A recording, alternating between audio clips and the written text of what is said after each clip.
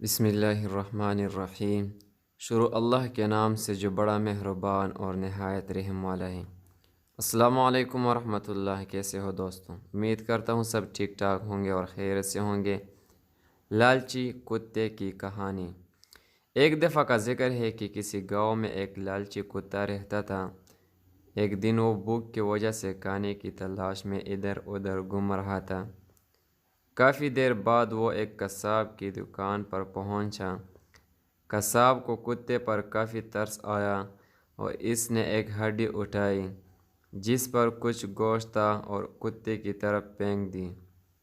کتا وہ ہڈی لے کر وہاں سے چلا گیا۔ اس نے سوچا کہ کھانے سے لطف اندوز ہونے کے لیے کسی ویران جگہ جانا چاہیے، اس لیے وہ ایک دریا کے کنارے چلا گیا، لیکن یہ جگہ بھی اسے محفوظ نہ لگی۔ چنانچہ اس نے دریا کی دوسری طرف جانے کا سوچا اور دریا کو پار کرنے کے لیے کتا پل پر چڑھ گیا۔ جب وہ پل عبور کر رہا تھا تو اس نے ندی کے ٹھنڈے پانی میں اپنا عکس دیکھا۔ کتے نے سوچا کہ پانی میں ایک اور کتا ہے جس کے منہ میں ہڈی ہے۔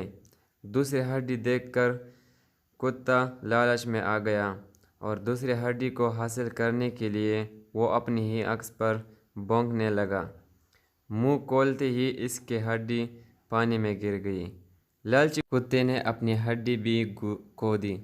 ہڈی کو کھونے کا اسے بہت دکھ ہوا، پر اس وقت تک کافی دیر ہو چکی تھی۔ نتیجہ: اس کہانی سے ہمیں یہ سبق ملتا ہے کہ جو آپ کے پاس ہے اس پر اللہ کا شکر ادا کرے، اور دوسرا، لالچ ایک لعنت ہے۔